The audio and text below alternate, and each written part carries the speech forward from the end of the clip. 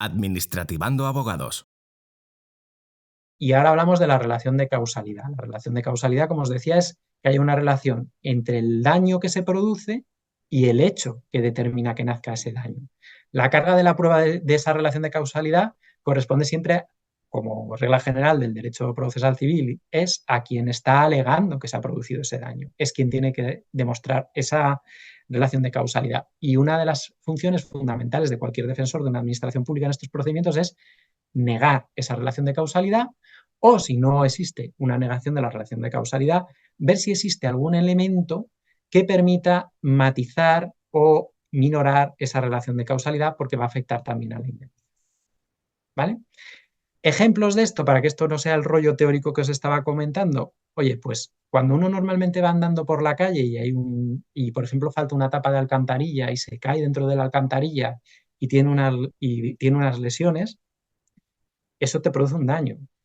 Esto puede pasar en muchas fórmulas o en muchos contextos. Si resulta que estoy en una acera de 2 metros de ancho, la alcantarilla está en el centro de la acera y directamente no hay tapa, pues es bastante claro que haga lo que yo haga, me iba a caer ahí dentro, ¿vale?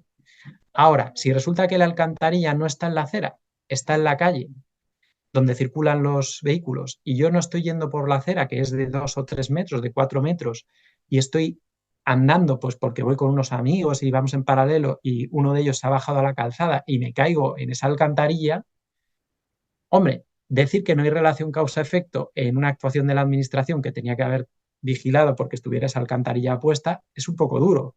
Pero decir que todas las responsabilidades de la administración, cuando yo no he tenido el mínimo cuidado de caminar por el sitio que tengo habilitado y cuidado para que yo camine por él, pues tampoco es correcto. Entonces ahí puede haber una matización de la responsabilidad, es lo que se dice la teoría del riesgo de la vida, ¿no? Los tribunales, y es que yo tengo que tener cierta diligencia al caminar y puedo llegar incluso a no tener derecho a ninguna indemnización. Pues por haber andado, por ejemplo, por medio de un carril después de haberme bebido 12 copas.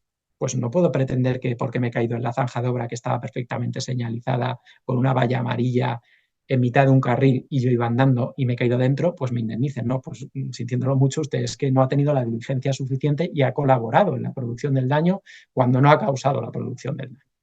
Pues ese es un ejemplo, por ejemplo. Más ejemplos. Falta la misma tapa de alcantarilla, pero ahora voy en mi coche.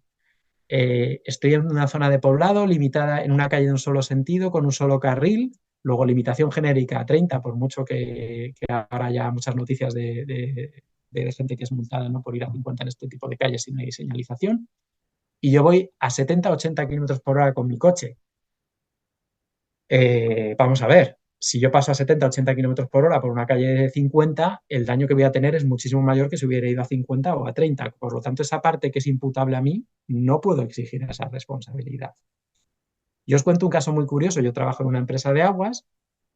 Entonces, cuando hay un concesionario de servicio público, lo vamos a ver en la parte subjetiva, el concesionario público es responsable frente al que se le ha causado el daño y en vez de responder la administración, responde ese concesionario. Bueno, pues tuvimos un supuesto en el que había una tapa de alcantarilla, nosotros llevamos el mantenimiento y conservación de esas redes de abastecimiento y alcantarillado, y pasa un autobús que regresa a cocheras de una empresa municipal y mete como pasa muy rápido, se lleva la alcantarilla que no estaba bien colocada y a raíz de eso rompe la llanta, rompe el neumático, rompe el eje, rompen todos los cristales del autobús. El conductor del autobús tiene lesiones importantes en la espalda. Bueno, o sea, como veis, una cosa muy gorda. Bueno, pues a 30 kilómetros por hora ese autobús lo normal es que hubiera roto la llanta, que hubiera roto incluso el eje en el peor de los casos. El señor conductor, si llevaba su cinturón, no debería haber sufrido ningún tipo de daños, pero desde luego que se rompan los cristales no era normal. Bueno, pues se hizo un peritaje y se demostró que el autobús iba a la friolera de 85 kilómetros por hora. Bueno, pues obviamente se llevó al juzgado, el juzgado nos condenó a pagar parte de los daños porque entendió que aún así no se había cumplido adecuadamente con la vigilancia de que estuviera la alcantarilla en perfecta colocación, pero entendió que los daños físicos del conductor y los daños materiales de los cristales, del eje y otro montón de daños que tenía el autobús, pues no se iban a indemnizar, porque no, lo que no puede ser es que el autobús volviera a 80 kilómetros por hora. Lo que ya no sé si luego la empresa municipal de ese autobús le reclamó al conductor por ir a 80 kilómetros por hora los daños de ese autobús. Imagino que no, pero no os lo puedo.